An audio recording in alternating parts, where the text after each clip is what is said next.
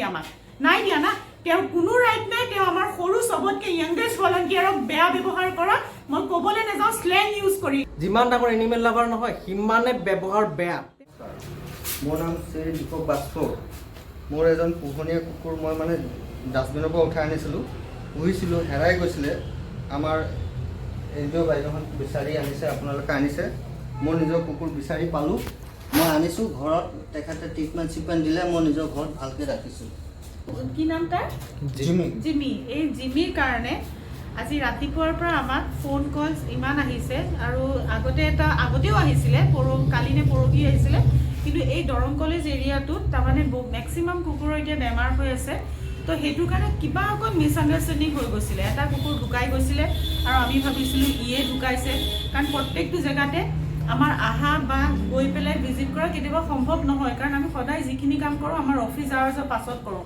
চাকৰি কৰাৰ পাছত আমি নিজেও চবেই চাকৰি কৰোঁ না তো ইয়াত মানে স্পেচিফিকেলি এজন মানুহৰ নাম মই মেনশ্যন কৰিব বিচাৰোঁ ৰাজু দাস তেওঁ আজি কণ্টিনিউৱাছ তেওঁ ফোন কৰি তেওঁ আগতেও কৰিছে তেওঁ কৰে তেওঁ ইনফৰ্মাৰ হয় কিন্তু ইনফৰ্মাৰৰ লগত তেওঁ নিজে যে বেলেগক ধমকি দি লিটাৰেলি তেওঁ বেলেগক থ্ৰেটেন কৰি পেলাই তোমালোকে নকৰা কিয় তোমালোক নাহা কিয় তেওঁ এইটো কাম কৰাৰ তেওঁৰ কোনো ৰাইট নাই না তেওঁৰ এনজিঅ' নেকি তেওঁ খুলি ৰাখিছে নে তেওঁ পুহি ৰাখিছে আমাক তেওঁতো পুহি ৰখা নাই তেওঁ আমাক ইনফৰ্ম কৰে আগৰ পৰা ইনফৰ্ম কৰে কিন্তু তেওঁক মই আজি সুধিব বিচাৰিছোঁ তেওঁ যদি ৰাতিপুৱাই দেখিছিলে ৰাতিপুৱাৰ পৰা যে দুপৰীয়ালৈকে তেওঁ ফোনকে কৰিলে তেওঁ কুকুৰটো দাঙি কিয় নিনিলে তেওঁ নিব লাগিছিলে না দাঙি পেলাই মিছন চাৰ্লি ভেটেনেৰী নিয়ক আপুনি ঈদগাহলৈ নিয়ক প্ৰাইভেটলৈ নিয়ক এনিমেল লাভ তেনেকৈ দেখাইতো লাভ নাই না তেওঁ কিয় নিনিলে তেওঁ ফোন কৰি থাকিলে যে তেওঁ কুকুৰটো লৈ নগ'ল কিয় তেওঁক কুৱেশ্যন কৰিবলৈ কোনে দিলে আমাক যে তোমালোকে ফোন কিয় নুঠোৱা তোমালোকে নাহা কিয় তোমালোকক মাতিলে তোমালোক নাহা কিয় তেওঁ কোনেও ৰাইট দিয়া নাই না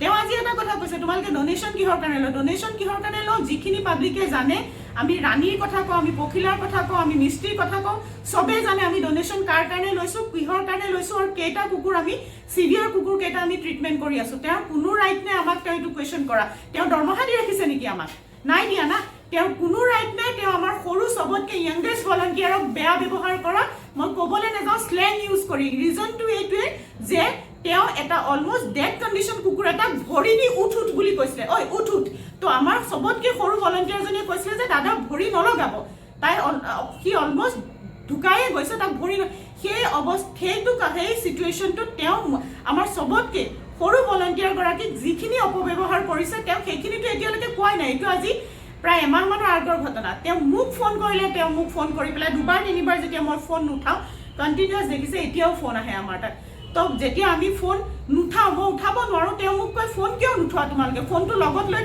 ফুৰিব নোৱাৰা নেকি মই তেওঁক কুৱেশ্যন কৰোঁ এতিয়া তেওঁৰ নিচিনা মই লং পেণ্ট চাৰ্ট পিন্ধি নাথাকোঁ অনবৰতে যে মই পকেটত পেণ্টত মই ফোনটো ভৰাই পেলাই মই ঘূৰি ফুৰিম তেওঁ যে ফোন কৰে তেওঁক মই আজি কুৱেশ্যন কৰিব বিচাৰিছোঁ তেওঁ ফোন কৰা বাদ দিয়ক নিজে কৰক কুকুৰ এটা চুই চাওক তেওঁ ধৰি চাওক আজি তেওঁ দীপৰাজৰ লগত তেওঁ আজি এই ইয়াৰ কাৰণে জিমিৰ কাৰণে যিখিনি তেওঁ অসভ্যালি কৰিছে তেওঁ কুৱেশ্যন আৰাইজ কৰিছে যে এনজিঅ'ত তোমালোকে ডনেশ্যন খোজা মাতিলে তোমালোক নাহা আৰে মাতিলে কিয় নাহোঁ মাতিলে আমি আহোঁ কিন্তু আমি কেতিয়া আহিম যেতিয়া আমাৰ সুবিধা হ'ব আৰু তাৰ আগত যদি আপোনালোকে কৰিব বিচাৰিছে কোনোবাই নিজে কৰক চাকৰি কৰোঁ জব কৰোঁ 8 to 9 আৱাৰ্ছৰ চাকৰি কৰোঁ আমি বেলেগৰ দৰমহা লৈ পেলাই এনজিঅ' চলাওঁ ডনেশ্যনৰ যিখিনি পইচা আহে ডনেশ্যনত কেতিয়া কি আহে সেইখিনি গোটেই যদি দেখাব যাওঁ ডনেশ্যনত কেনেকৈ খৰচ কৰিছোঁ অফিচত আহক কিমান ডনেশ্যন আহে কিমান খৰচ কৰিছোঁ অফিচত আহক দেখাম আমি আৰু ৰাজু দাসক আজি ক'ব বিচাৰিছোঁ আজিৰ পৰা আপোনাৰ যদি কিবা ক'বলৈ মন আছে আপোনাৰ যদি কৰিবলৈ মন আছে আপুনি নিজ হাতেৰে এটা বেমাৰী কুকুৰৰ গু ধুৱাই পেলাই চাব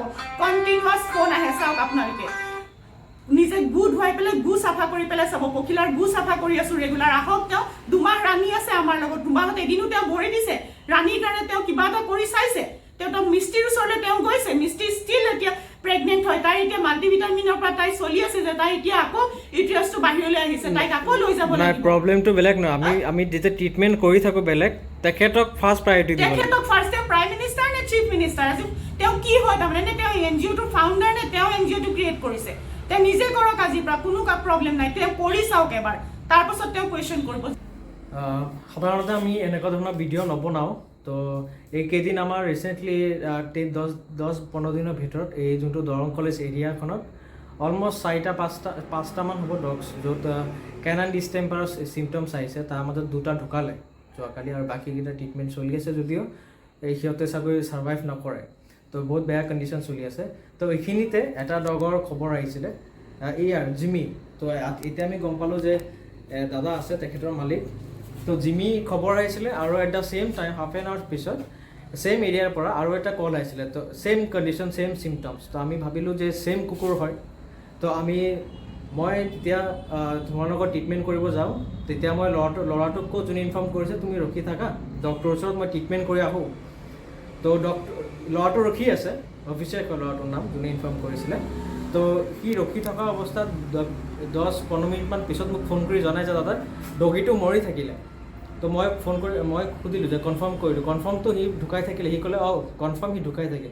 তো এটা চিলি মিষ্টেক হৈ গ'ল, কমিউনিকেশ্যন গেপ এটা হ'ল যে ছেইম এৰিয়াৰ একে চিমটমছত 2টা দেখাটো ছেইম তেনেকুৱা এটা ডগ হৈ আছিলে। তো সেইটো আমি বেলেগ ডগ হয় বুলি আমি গম পোৱা নাছিলোঁ। তাৰপিছত সেইটো গুচি গ'ল। তাৰপিছত ৰাজু দাস তেখেতে আগৰ পৰাই, যেতিয়া তেখেত এনিমেল লাভাৰ হয়, বহুত ভাল এনিমেল লাভাৰ, কিন্তু তেখেতৰ ব্যৱহাৰ চবতকৈ বেয়া। যিমান ডাঙৰ সেই এনিমেল লাভাৰ সিমান বেয়া তাৰ ব্যৱহাৰ। মুখখন বেয়া। আমাৰ ভলেণ্টিয়াৰৰ লগত ইমান বছৰ ধৰি চবৰ লগত বেয়া ব্যৱহাৰ কৰি আহিছে। নিজৰ মতে নহ'লে তাৰ বেয়া ব্যৱহাৰটো ওলাই আহে। এক-দুমাহ আগত আমাৰ সৰু ভলেণ্টিয়াৰ এজনীক, ছোৱালী এজনীক ইমান বেয়াকৈ ব্যৱহাৰ কৰিছে। ছোৱালী এজনী মোক যেতিয়া কান্দি পেলাইছে, ছোৱালীটোৱে মোক কৈছে দাদা মোক এনেকৈ কৈছে, কান্দি পেলাইছে। তাৰ মতে যেতিয়া ৰাজু দাসে ফোন কৰিব, মই নাজানো তেখেত কি হয় কোন হয়, তেখেতৰ ফোনটো চবৰ আগত ধৰিব লাগিব। আৰু তেখেতৰ ফোনটো নধৰিলে তেখেতে যেতিয়া কল বেক কৰোঁ আমি, তোমালোক ফোনটো কিয় নধৰা, NGO কিয় নাহা, মই ফোন কৰিলে তোমালোক নাহা, মই ফোন কৰিলে এইটো নাহা, মই ফোন কৰিলে এইটো নহয়। তাৰ সদায় সেইটো কমপ্লেইন ফ্ৰম দ্য বিগিনিং। তথাপি এজ এ এল্ডাৰ ডাঙৰ হিচাপে মই ৰেচপেক্ট কৰি আহিছোঁ ইমান কেইদিন আমি, আৰু তেখেত এনিমেল লাভাৰ হৈ কেনে ৰেচপেক্ট কৰিছোঁ। তথাপি আজি আমাৰ লিমিট ক্ৰছ কৰিলে। তো সাধাৰণতে আমি ভিডিঅ'বিলাক কেতিয়াও নকৰোঁ, ইমান বছৰ ধৰি হৈ আছে। তেখেতৰ মতে নহ'লে তেখেতৰ খং উঠে, তেখেতৰ মতে নহ'লে তেখেতে উল্টা চিধা কথা ক'ব। তো আজি মোৰ লগত ফোনত কৈ আছে, তেখেতক মই বুজালোঁ যে অকণমান কমিউনিকেশ্যন গেপ হ'ল। মই এডমিট কৰিলোঁ যে এইখিনি বস্তু হ'ল, অকণমান বুজি পাওঁ দিগদাৰ হ'ল, বা আমাৰ কমিউনিকেশ্যন এটা মিছগাইড হৈ গ'ল। তো তেখেতে নহয়, তোমালোক NGO কৰিছা, তোমালোক কিয় কৰিছা এনেকৈ, তোমালোক মাতিলে নাহা, তোমালোক এইটো কৰিলে নাহা।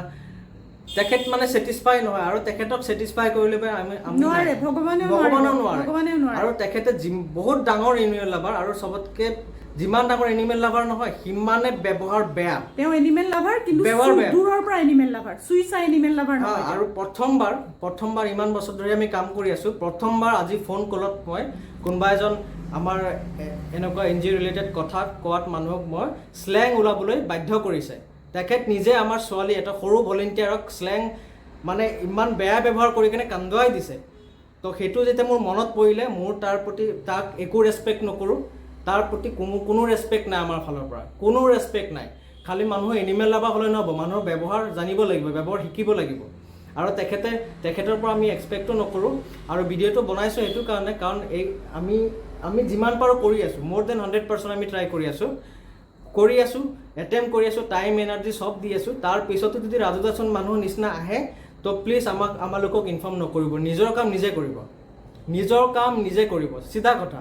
আৰু ৰাজু দাসে আমাক তোমালোক NGO কৰিছা, এইটো কৰিছা, সেইটো কৰিছা, কি হয় কি নহয়, তেখেতক এনচাৰ দিবলৈ মোৰ একো নাই। আমাৰ অফিচত পখিলাৰ কাৰণে এতিয়াও মানুহ আহি আছে, আমাক যাৰ কিবা জানিবলগীয়া আছে, যোনে আমাৰ লগত জড়িত হৈ আছে, চবে জানে। ৰাণীৰ খবৰ কৰি আছে, আমি যিবিলাক ট্ৰিটমেণ্টছ কৰি আছোঁ, আমাৰ অফিচত আহি চাই গৈ আছে, আমাক বস্তু দি থৈ গৈ আছে, ফিডিং জইন কৰি আছে। আমি ৰাজু দাসৰ নিচিনা মানুহক এক্সপ্লেইন কৰিবলৈ আমাৰ নাই, কাৰণ আমি তেখেতৰ নিচিনা মানুহক আমি খালি এটা পইণ্ট, খালি তেখেত জীৱ জন্তু ভাল পায় কাৰণে আমি কথা শুনি আছিলোঁ, কিন্তু আজি সেইটো লিমিটো ক্ৰছ কৰিলে। তো আজি আমাৰ ফালৰ পৰা তেনেকুৱা ধৰণৰ মানুহক আমাৰ একো সম্বন্ধ নাই। আৰু তেখেতক মোক ধমকি দিয়া আছে, তোমালোকৰ ফেচবুকত মই লিখিম, কিবা লিখিম, আপুনি ৰাজু দা পাথৰত লিখি থৈ আহক, ক'ৰবাত গৈ হিমালয়ত গৈ পাথৰত লিখি থৈ আহক আপোনাৰ মনোভাৱখিনি। আমি যেনেকৈ কাম কৰি আছোঁ, আমি কাম কৰি গৈ থাকিম।